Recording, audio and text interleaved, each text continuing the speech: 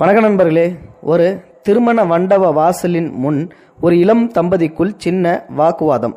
கணவனை உள்ளே அனுப்பிவிட்டு வாசலில் போடப்பட்ட நாற்காலியில் அமர்ந்த அந்த நவயுக மனைவியை கவனித்த 60 வயது மதிக்கத்தக்க பாட்டி ஒருவர் அந்த பெண்ணை அணுகி, மகளே, நான் கேட்பதை தவறாக எண்ணிக்கொள்ளாதே. ஏன் உன் கணவனிடம் சண்டை போட்டாய்? காரணம் தெரிந்து கொள்ளலாமா என கேட்டாள். ஒன்றுமில்லை ஆண்டி, சும்மாதான் என்று அந்த பெண் சொல்ல, இது என் கணவரது தங்கையின் திருமணம் ஆண்டி. நானும் கூட வந்து நிற்கணுமாம். எல்லா நிகழ்ச்சியிலும் பங்கெடுக்கணுமாம். வீட்டுக்கு ஒரே பையன் என்றாலும் இவர் வீட்டார் மதிப்பதே இல்லை. இதில் என்னை வேற கூப்பிடுறாரு. பெண் என்றால் அடிமையா என்ன?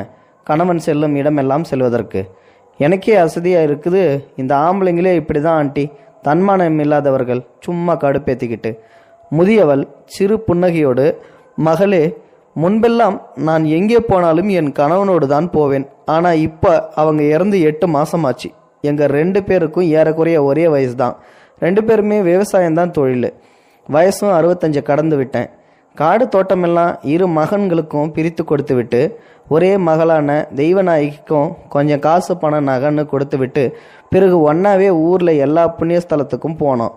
எங்களோட 2 பிள்ளைங்களுக்கும் ஒரு மகளும் கல்யாணம் பண்ணி தனித்தனியாக இருக்கிறதால நாங்கள் தனியாக எங்கள் வீட்டிலே இருந்தோம். என் கணவனுக்கு துரதிருஷ்டவசமாக உப்பிநீர், ரத்த கொதிப்புன்னு நோய்கள் வந்துடுச்சு. தினமும் மருந்து சாப்பிடணும். அவங்க அவ்வளவு தடகாத்திரமாக இல்லாததால் நான் தான் அவங்கள முழுமையாக கவனிச்சுக்கிட்டேன். ஆனால் இப்போ அவங்க இல்லை. நான் ரொம்ப தனிமையை உணர்கிறேன். என் பகல்கள் ரொம்ப நீளமாயிடுச்சு, இரவுகள் ரொம்பவும் வெறுமையாயிடுச்சு. அவங்களோட ஒவ்வொரு பொருளும் அவங்கள எனக்கு நினைவுபடுத்திக்கிட்டே இருக்குது. அவங்க சாப்பிட்ட முடிக்காத மீதமுள்ள மருந்துகளை கூட என்ன கவலைப்படுத்துது. அவங்க செல்ஃபோன் நம்பர் இருக்குது, ஆனால் நான் அழைச்சா இனி பேச மாட்டாங்க. வாட்ஸ்அப் பண்ணால் படிக்க மாட்டாங்க. முன்ன என் படுக்கையில் ஒரு பக்கம் நானும் மறுபக்கம் அவங்களும் படுத்திருப்போம். இப்போ நான் அதே படுக்கையில் நடுவில் தனியாக படுத்திருக்கேன். சமையலருக்கு தனியாக போகிறேன். சமையல்ன்ற பேரில் எதையோ பண்ணுறேன். வாய்க்கு ருசியாக சமைச்சு பகிர அவங்க இல்லை. கோயிலுக்கு இப்போ ஒன்றா போக வழி இல்லை.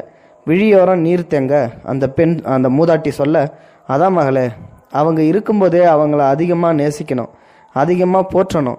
கணவனின் வெற்றியோ தோல்வியோ, பெருமையோ அவமானமோ, லாபமோ நஷ்டமோ, மனைவிக்கு அனைத்திலும் சம பங்கு உண்டு. தன் மனைவி தன்னுடன் தோளோடு தோள் கொடுத்து நிற்காத எந்த கணவனுக்கும் ஏற்படும் அவமானமும் தலைகுலிவும் வேறு எந்த அவமானத்தையும் விட அவனை அதிக காயப்படுத்தும், மிகவும் வேதனைப்படுத்தும். எங்கு போனாலும் என் கணவர் முன்னே சென்று எனக்கு இடம் பிடித்து தருவார். பஸ்ஸில் ஏறும்போது, விழாக்களில், விருந்துகளில் எனக்கு முன்பே ஓடிச்சென்று எனக்கு இடம் பிடித்தது. இல்லாவிட்டால் ஏதாவது எனக்கு வசதியாக ஏற்பாடு பண்ணி தந்துடுவார். பிரயாணம் செய்யும்போது தான் நான் அசந்து தூங்கிடுவேன். அவரோ ஒரு நிமிஷம் கூட கண் அசரவே மாட்டார். பலமுறை 8 மணி நேரம் 12 மணி நேரம் அவசர பயணத்தின் போது பஸ்ஸில் இடம் கிடைக்காம என்னை மட்டும் உட்கார வைத்து பாதுகாப்பிற்காக பக்கத்திலேயே கம்பியை பிடித்து நின்று வந்திருக்காரு. இன்றைக்கும் தினமும் என் கணவனின் கல்லறைக்கு போகிறேன். எனக்காக எல்லாத்தையும் தயார் செய்த நீங்கள் முன்னாடி போயிட்டீங்களே, இதோ நான் பின்னாலேயே வந்துக்கிட்டு இருக்கேன்னு சொல்லுவேன். சரி மகளே, நான் வர்றேன் என்று புறப்பட்ட முதியவளை வைத்த கண் கலங்காமல் பார்த்தால் அந்த இளம் மனைவி. என்ன நினைத்தாலோ மண்டபத்திற்குள் உள்ளே ஓடி சென்று தன் கணவனை தேட ஆரம்பித்தாள்.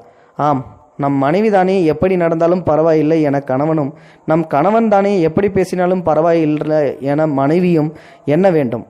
புதிதாக அறிமுகமாகும் ஒருவரிடமோ, hi sir, how are you, nice to meet you என்கிறோம்.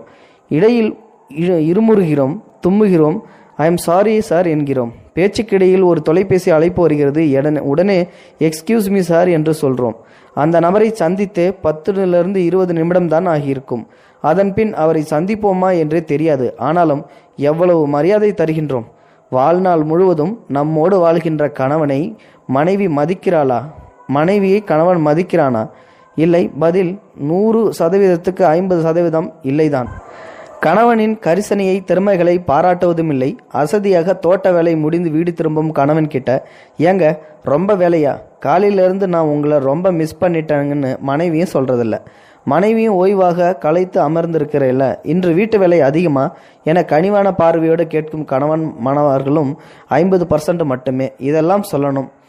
அப்படி ஒருத்தரோட உணர்வை இன்னொருத்தர் புரிஞ்சுக்கிட்டு வாழ ஆரம்பித்தால் வாழ்க்கை இனிக்கும், ருசிக்கும்.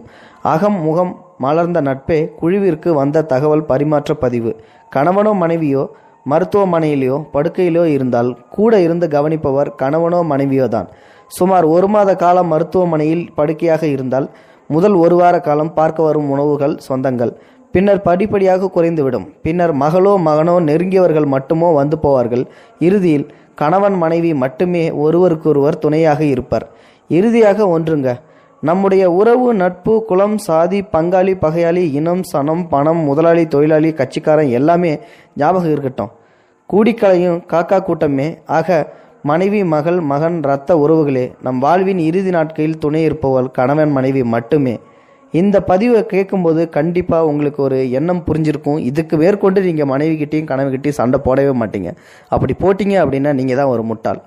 கணவன் என்ன தப்பு செஞ்சாலும் மனைவி அனுசரித்து போகணும், மனைவி என்ன தப்பு செஞ்சாலும் கணவனை அனுசரித்து போகணும். அந்த மூதாட்டி எவ்வளவு கஷ்டம் இருந்திருந்தா தான் பட்ட கஷ்டம் எல்லாத்தையும் அந்த பொண்ணுக்கிட்ட சொல்லவும் அந்த பொண்ணு ஓடி போயிட்டு அந்த கணவனை தேடி கட்டி பிடித்து அழுகுறாங்க. அந்த மாதிரி இருக்கணும் அந்த ஒவ்வொரு பெண்ணும் ஆணும். இந்த பதிவை படித்ததுக்கப்புறமாவது எவ்வளோ தவறு செஞ்சாலும் மன்னிச்சு அனுசரித்து வாழுங்க. கடைசி வரைக்கும் உங்கள் கூடல சாவுல வரைக்கும் உங்கள் கூட வர்றது மனைவி தான், அதே மாதிரி கணவன் தான். எந்த அப்பாவோ அம்மாவோ பிள்ளைங்களோ சொந்த பந்தம் யாரும் வரப்போகிறது கிடையாது. வாழ்க்கையில் இறுதி துணை அப்படின்றது கணவன் மனைவி உறவு மட்டும்தான். அதை யாராலும் மாற்றவே முடியாது. இந்த வீடியோ பற்றின கருத்துக்களை மறக்காமல் கமெண்ட் பாக்ஸில் சொல்லுங்கள். இந்த வீடியோ பிடிச்சிருந்தா லைக் பண்ணுங்கள், உங்கள் ஃப்ரெண்ட்ஸ்களுக்கு ஷேர் பண்ணி விட்டுருங்க. கூடவே நம்ம சேனலை சப்ஸ்கிரைப் பண்ணி விட்டுருங்க. தேங்க்ஸ் ஃபார் வாட்சிங். இது போன்ற செய்திகளை உடனுக்குடன் நீங்கள் தெரிந்து கொள்ள மறக்காமல் எங்களுடைய சேனலை சப்ஸ்கிரைப் செய்யவும், கூடவே பக்கத்தில் வரும் பெல் ஐக்கானையும் கிளிக் செய்யவும்.